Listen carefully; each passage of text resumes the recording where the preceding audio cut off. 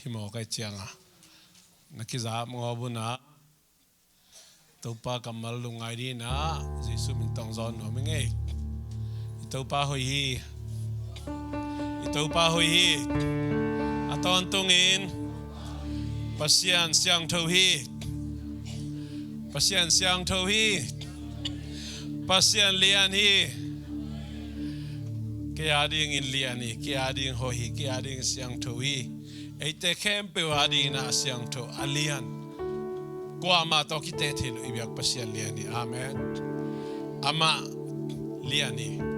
Ming te ingai sunna ingai su te to ba alian pen di ingai su sagen alian zo Pasian te thelo Pasian hi amen Topan to Pasian bekha Pasian kha nei khai manina bang na ta lungdam moyam to Pasian ipa to na khube je yala ni hallelujah hallelujah ham pama mahayang to Pasian bekhai manina tuni na nang leke ilungai khop ding ina itopa kamalina late nambat zaletum tang som le tang kuana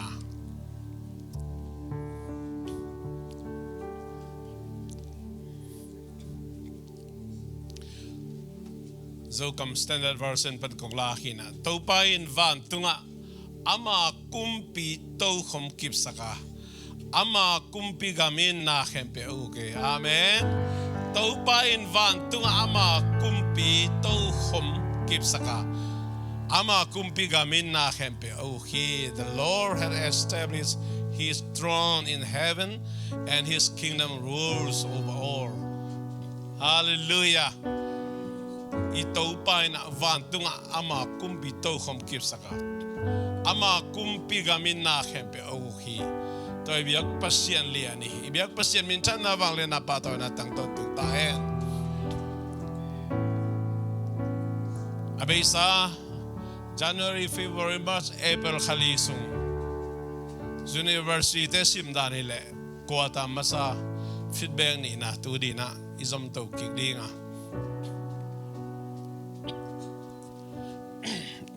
nung ni pia tutang ko na Paul khat gena zani biakin tang thakon Paul khaten na tel lo mo ka chakalung himai o idai te om non ke sie o nung ni pi ma gena ma to che utena te nung ni pi ki vai kha kal khat sungina mo thol the khem pe zinga jong su na jong ni ta kai jong ina vai pai vai cha cha na ibiagin mun chak no ki nga chikhem pe khulam di ni ki khem be lo di mok pe ma ibek pi na tu ni akipan in la hi tai ma igen sama bangin ibek pi na security sem ding ha isep kele da ikai ki kul khadingi mo dai ka le sum tam pitak be ding to sumina nang le ke isumpi tema izalo phamo de manina tuni na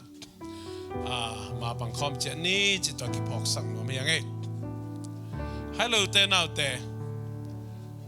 January khapan April khadung kwata masa sungina ilungai tu tampitak om khadinga to sunga tu tampitak sang kigen cell group jupat faida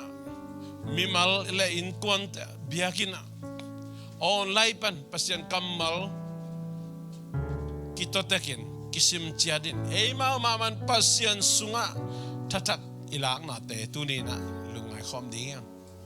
tun khat be khulam le ni na khulabong tampian khain china abeisa ina se group pai ngei lo ina tun kum thaga kipan pai ka kipan ta hi chen khulam di ni khul to ma lai mo lungdam me na khia ki go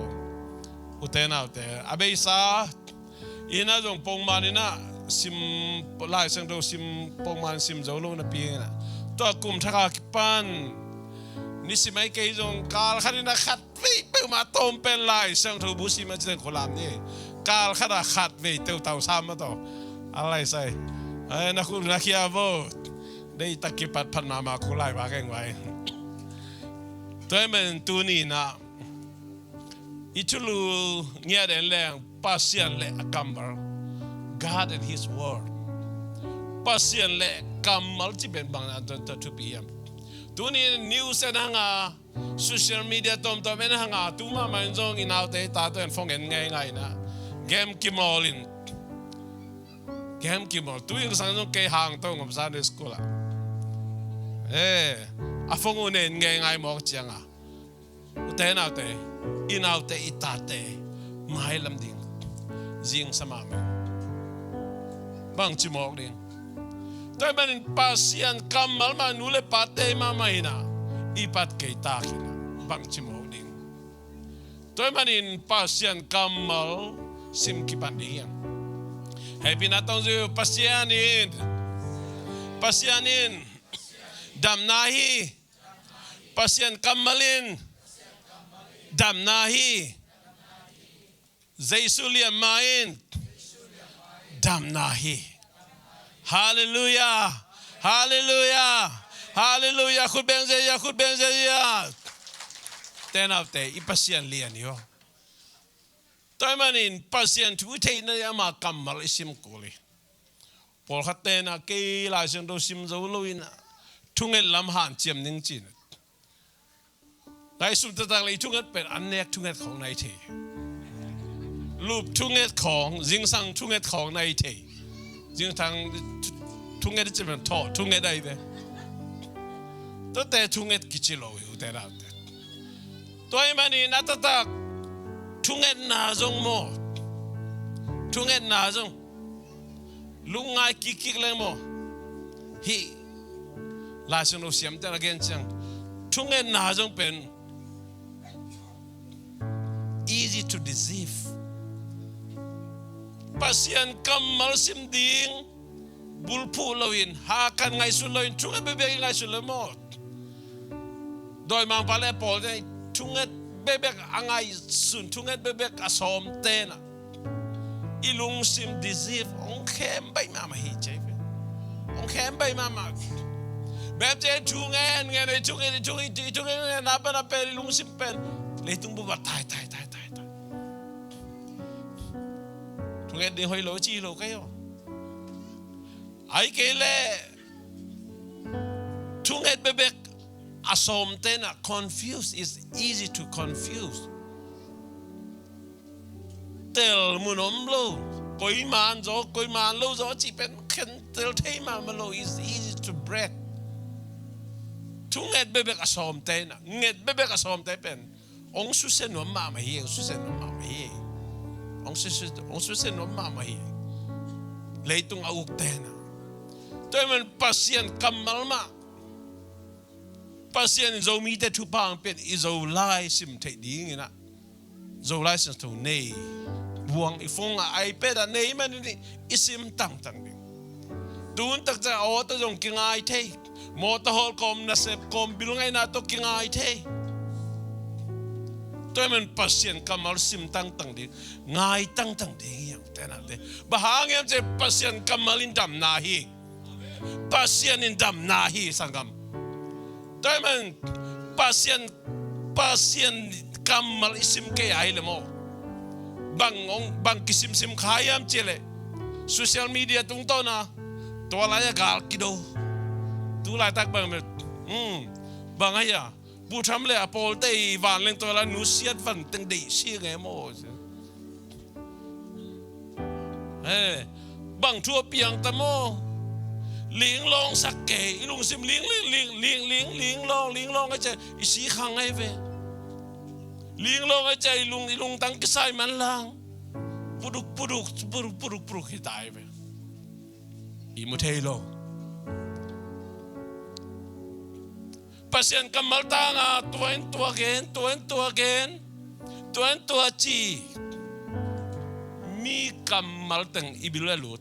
ilung tanga lut ai che bang toy na nat na pi ai ve toy na sak ye ilung simong na sak ilung tang na sak ipum piong na sak ikhang na sak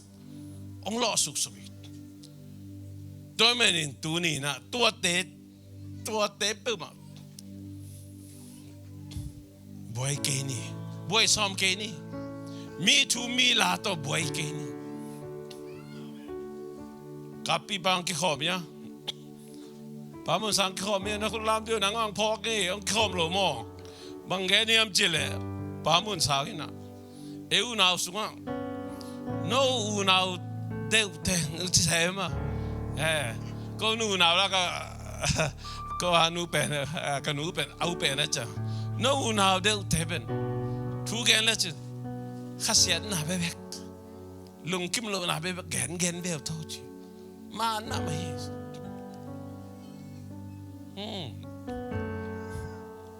กันดูจินตาเตเดียวบังตัวนั้นตอมจะเดียวเย่อุตัยนาเตอีข้าเสียนายลุงคิมโลหน้าเขาอีเกนใส่ง่ายสุดๆจ้างโมอีลุงดำหน้าไปแบบสุดๆเวนี่ปัสเซียนตัวไอ้ลุงดำหน้าสุดๆเวนี่นังเล็กไอ้หอยบันนี่น่าจะดำให้เกย์วิ่งงอนังเล็กไอ้อีกดบมันต้องเกย์หันจำจมันต้องเกย์อินหอยโลหอยในเฮียงอีดูในเจ้าเฮียงอาวดจังลุมอารมณ์จังวดอินส่งอีมอเตอร์ส่งอินลำบากไปอารมณ์ตักจังกีซาบอินเรื่องของตุยบวกสุกมาตัวโถ่ไว้ละกะบุยคนละกะตัวบราขังวิเวยังมาตัวตัวนวมตะกายมเถิดตัวปะหางไปขี้ตัวมันนี่นะอีลุงดำนาดิ่งอีลุงดำนาดิ่งอีลุงกิมนาดิ่งไปกันกันเลยอีลุงสิมองดำดิ่งอ่ะอีลุงตังดำดิ่งไอ้ปุ่มปีดำดิ่งฮาเลลูยาตัวมันนี่นะปัสยานิดำนาฮิปัสยานกัมมาลินดำนาฮิบ่โซเชียลมีเดียกิบวยละบ้ามาตัวยังสั่งกะลุงสิมาอเมกะลุงสิมาทักangสวกิตัวเด็กกะกิกินลวดตรงนี้เกย์วงสวกเกย์อินเอาเตยตาเตยโซเชียลมีเดียโซลมามาตรงนี้จันทร์ตัวยาอนุกวาลตุกเกย์เวอามีเบลแกนเลอริงอนุกวาลทุ่มกวาลี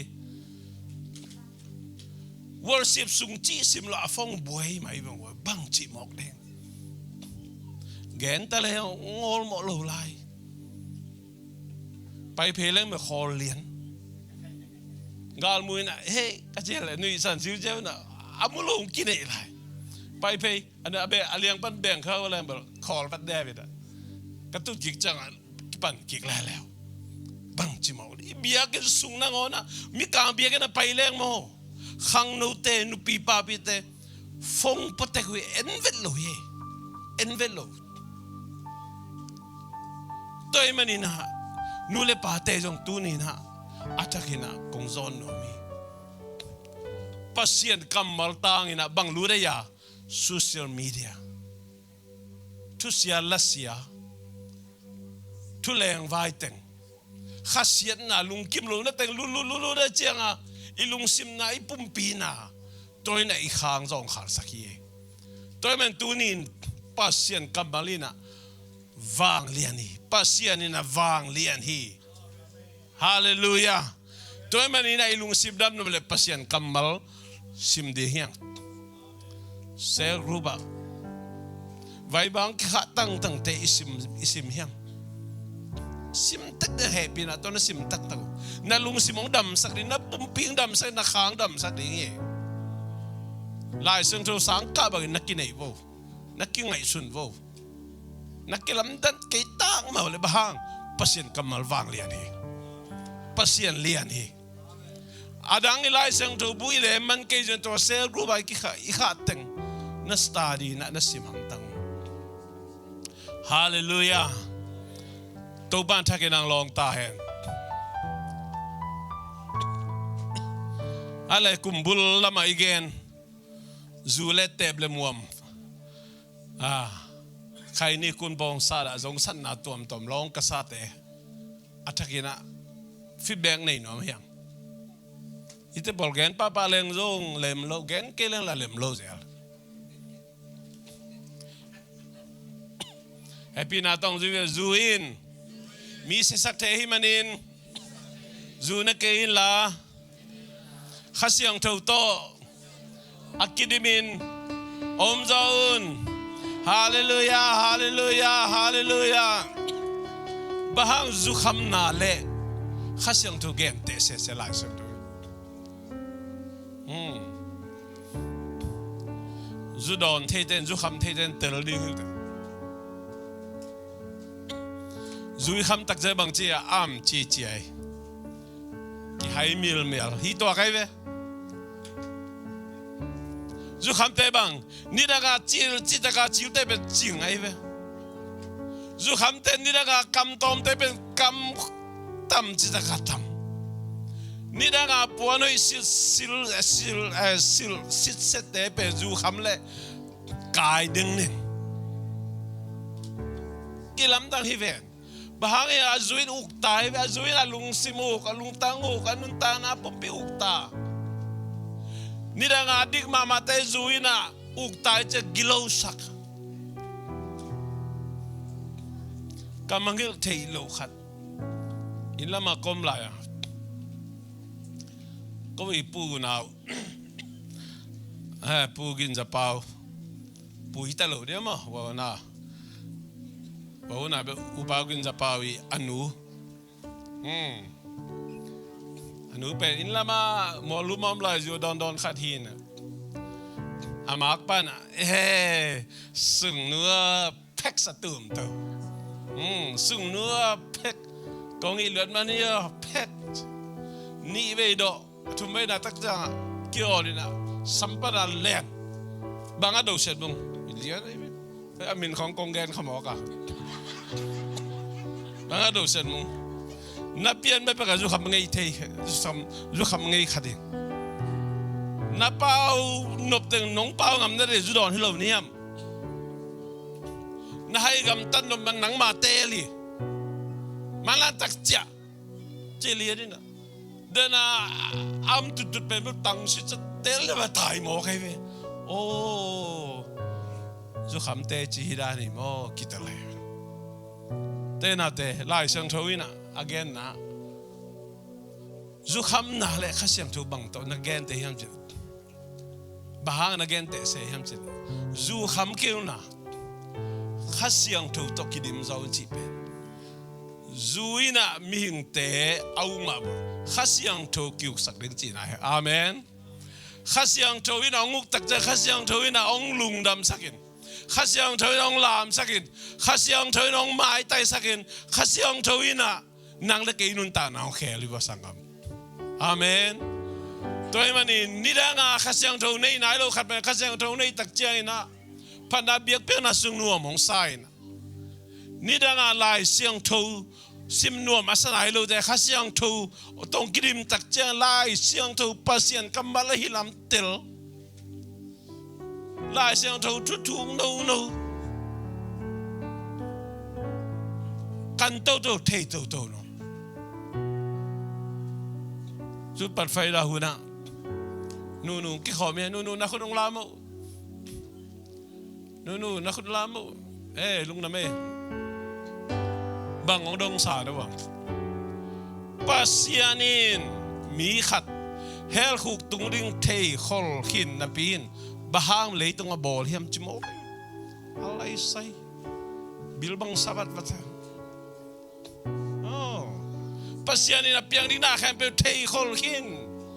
I pian ma pe ka thei khin nu kil song ma pe wa thei khin inun ta dia di pian dia di pasian thei khol khin bahal pasian in to nu to pa hel khuk tu le la no thei khol khin bahal le tung bol hiam tenate pasian ina pasian khasiang thoina na sep tak chiang ina inau te ta ten mo to thuk no lunggulhna cái lungdam mà mày hallelujah tôi mà nè du kham na lệ khasiang thu kham na khasiang thu to dim na lai sang thu da ong gen te gi ge hi na ke no myang to thu khat na chi ni thu ni na lệ tom na zua si tun zo kum tam tek tek ina ni da ngai za ngai nai lo thu tom om tai izang nai lo nu pakala in kwan sunga utena te thu tom to om tak chiang ina pol khate lung hiang ina zong ngai su na tom zong om khadi ngi nung ni pia Bible study ong lap lo zong pol khat om khadi manina to thu khum nom hiang happy na tong zui ve wa pau nak le som ni le thum anel som le thum now bang khat thu hil ding lung yang kein bahang em chi le chiang doi ton na sa hangin ama si ke ding hi anel som le li nang main chiang doi ton na sa dinga hel panin ama nun tang na hon ke ding hi pau nak le som ni le kwa anel som le nga chiang doi le tai na in pil na pia ahi zong in aki kha khong na bangin anu mai zum sakhi hallelujah te nau te i pian thian noi khan thian na kol gam pen chiang doi to akiung nam hiang ilama sang se ka sep lai na ka sang na pang ahi ngei te on na dong la jen kuama sát ngay lo hin katang ba lai pe ke pasian Kammal khasyang thoi na ang thei sak kholai tam chi khat kalung simam ko ma sát ngay lo hin ahiang ka thu hil te pen a sát sia te sang ina ong zak ta zo hi sia khat pa bang amin kongen non lo ni rang han jam ning ina sia khat pa bang in pana jinglung bua sat ta sarina a jinglung be cheina sumbu kha khal lei lai vo awang ge lo khat pa ben song lai pi dasta pia na hi le le la ta ka khudang le ta na lam ke ja sa deng pe mo ka lai sai un man tak cha nga sia amin bel gen na lo de sia nào bằng tay đàn biak na thư đàn man na sayam dik na sayam dik sa keng chi bilo dik sa keng chi ayang kahe chiang pe om thei lo to ngai ya ta kai sei to le nang kalom di nong ki tai nong he mok le chi nang ong do me lo ding nai mok ka chi le nui khop khau wang la ke emotion je mang ten emotion miếng tế mò ý hệ ý xin sâu emotion chẳng à bên yêu bèo kỳ bao khai ý khút bèo kỳ hiel khai ý khép lại bay khai lao quay mà mày tôi mà đi na Pasian lian na Pasian na mà cầm bao na to van pi le lấy pi piang sa kivo Pasian na mà cầm bao khiến na to na khem bèo piang sa kisangam tôi mới đi bao khiến na bên chụp bị mà mày cái đồ bùi mà mày đi bao khi sa Kammal cái là kiệt thay rồi cái là kiệt thay rồi tôi mới đi na tu ni na nang main chiang đuôi to na sa đi ngà help pani na ma nun tang na hon khe ding hi chi pen na sim kik wo Pasian sol na hi pe ma lo he sa din cha thu piang na hi lo he zo lai to na tel kil ko lai ne nu na mang lai ne nu na commentary le research about the lai ten original tongue Hebrew to nen vo Sol na sada sol na hilo ye sada sol na hilo ye ano en lang chiang doi le tai na in pil na pia hi zong in aki kha khong na pangin anu mai zum sakhi utena te adiak dia gena papi hi zong nu pi zong adiak dia gen alung tom je de ten khut man lang khe man lang ten ki ham siat khapa pai ei bang phok man lo se jen bang te ham siat mang ka hiam je thei lo na lom na gwal ban kini te na nunong mai zum sak na panong mai zum sak hibang taka na ikong pang chika na pao kitjang kidok kik no lo Pasian ong biak tate apil pending how di anom saling maiday sakhi ikam pao kidom dihang ihele takin na pao hello dihang ihele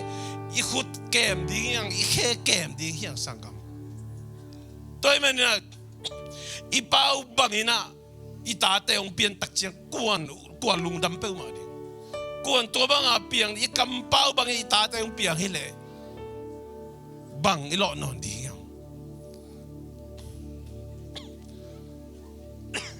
America itun takchiang na human rights lu khon jing khang to ma mai na 50-50 chi nu pa kikam tamina nai wan khong sappa som kyo tu ni na online pe na ki khom te na hiu jong Paupi mi te fek pi na kong thum no mi nak kikam tamua nakitot vole nai wan sap no blung sim na nei le om sam masaun nai wan da sam ma nong sam masaun zan kim zan khang e phel jong del di hin Jesu min to kong thum no mi ute na te America iten na nu me iten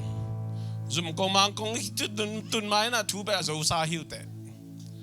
a hiang mo Pasian Kammalin to na chilo ye Pasian Kammalin to na chilo ye sangam to na chilo ye te na te nungak te tangwal te nau te ta te nalung kim lo na om tak chiang ina nai wan na samma ina keyong samun ong thum nia ding thungen sak ding Pasian Kammal to hil ding to khida ong man no tuan kêu le thu tuam khat sam jeu kêu happy na to bahangem chile nai wan na sammanin na patung panaong luang ding le thu pa van thu pa tan ding ite la wei ma hi le tu wa khang ni kinung talo khang khat bek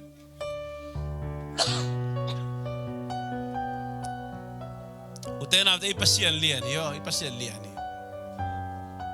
ei ngai sut na ei hoi sak bangina ikam kalson jeu khak le social media khonga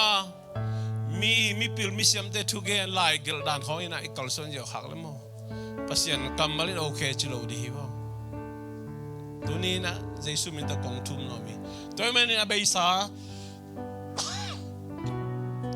ko ta khan na suma kalson zia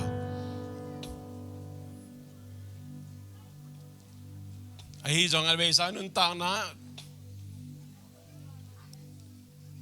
ito khak thu te lungai khomin itate chiang doi to isat khaka ikhulum ikhelum inga khaka hile children's service ten itate in mama itate kep sak ding ai ei nget ei thu mang loading mang loading hi toy manin sangam lai sang thu igen te hi zong ina kim le pa ma hi iten na iom na America i upadi lo te jong khin kha ina ta te makai ja ding nu pakikali ki dil ring tun leitung thu piang te ngai su chiang Zomi te jong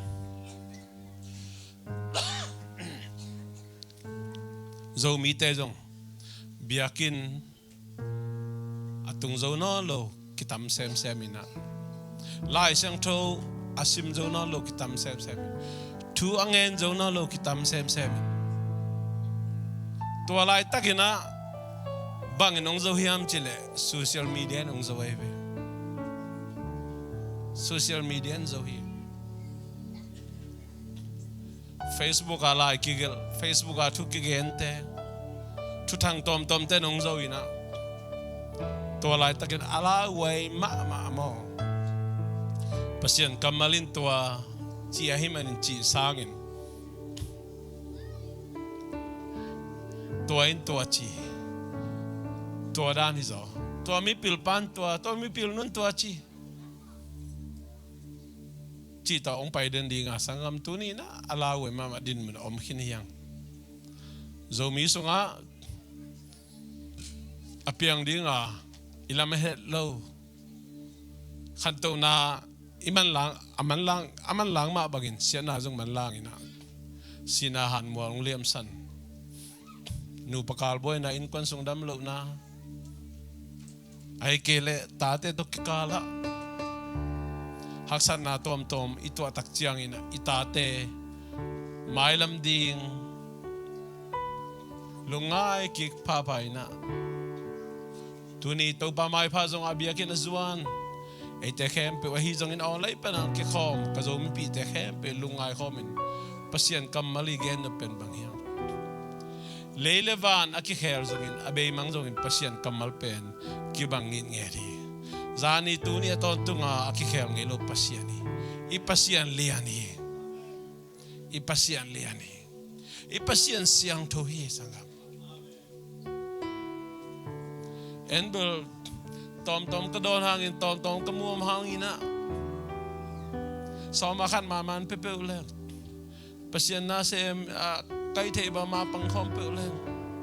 kai the bangin avai pang avai kon pe ulen Pasian pe happy na to kidim hi Pasian lungdulhna chiang tan omi Pasian happy na be thelo ba alungdulhna pen ki chiang tan hi toy manin tu ni na khasiang tho to kedimin khasiang tho kyuk sakina kalson to din to pa mi mal khatchat thu phang pia hen ivek pin ding to ina thunget khomna tom no khat inei ding jesu min to kong zon no mi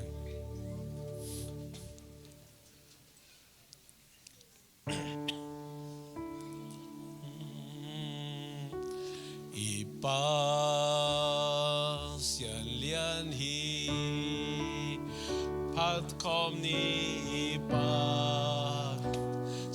lian hi lam dangin hoi lian hi ito pa Pasian lian hi pat kom ni Pasian lian hi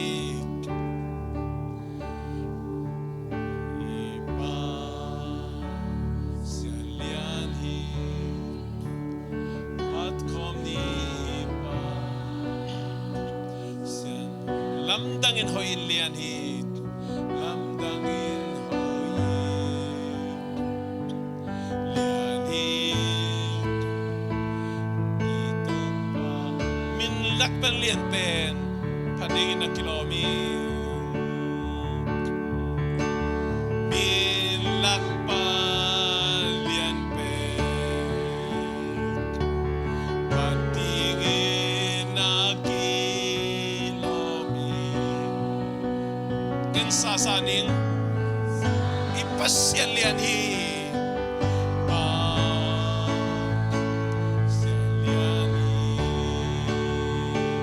ipasyan lian hi patkom ni ipasyan lian hi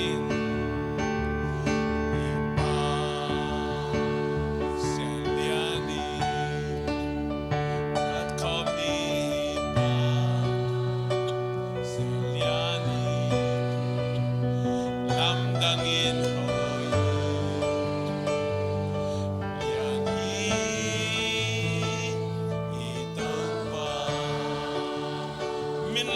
lian pe milak pa lian pe patingin na kilomi kinsa sani ipa salian hi milak pa lian pe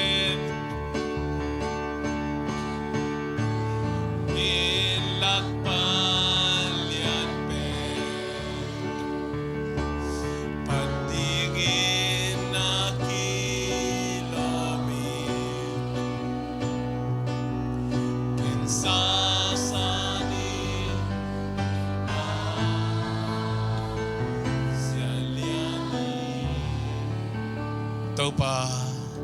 nang naliani nang nahoy nang nasyang tawi leitunga na tampitak kilamdang tasemal nang zani tu ni tonto kibangin ngen nahi nakampaw na to lelevan piangin leitung van tu om na te hempo nang ma tu piang na to piang hi tu ni alian pasian na tunga lungdam ngai kong thei khawman kong up kham kong nei khawman na lungdam ma maung chilo bang ko lampan kagen thei dingu thu khajong ki topa nang man dam na hi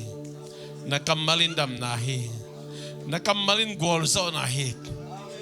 na kammala lungul ngel na kammal andu tuitu bangin adu nge di memar khacherang siam tain leitung bubam ka Zomi pitay na nang makamal tung taon inu pakala in kwan sungai nule pale tata kizom na tau pa alam dang nang makamalin amun ulang niya hena human rights luwa kwanji te hizong kim le pam social media te huzam na kempo tuni na zay suminto kanyalo hi tau pa tuni na to social media addiction social media aok chiba zong sang mi te kempo so tang na kapia hui Jesus nang mamin to sotang na kapiaw hing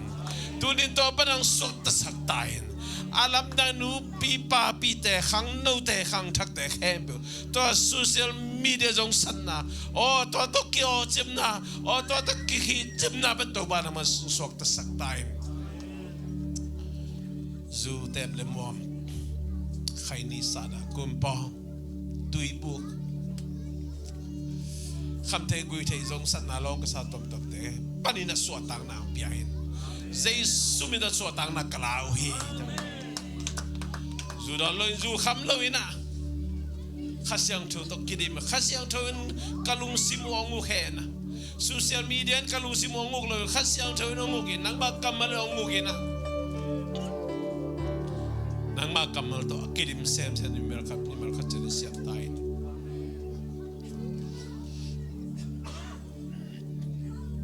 kamay nga dukal kasung tontung sangka na nasipsilbo na korsit kambang na inom na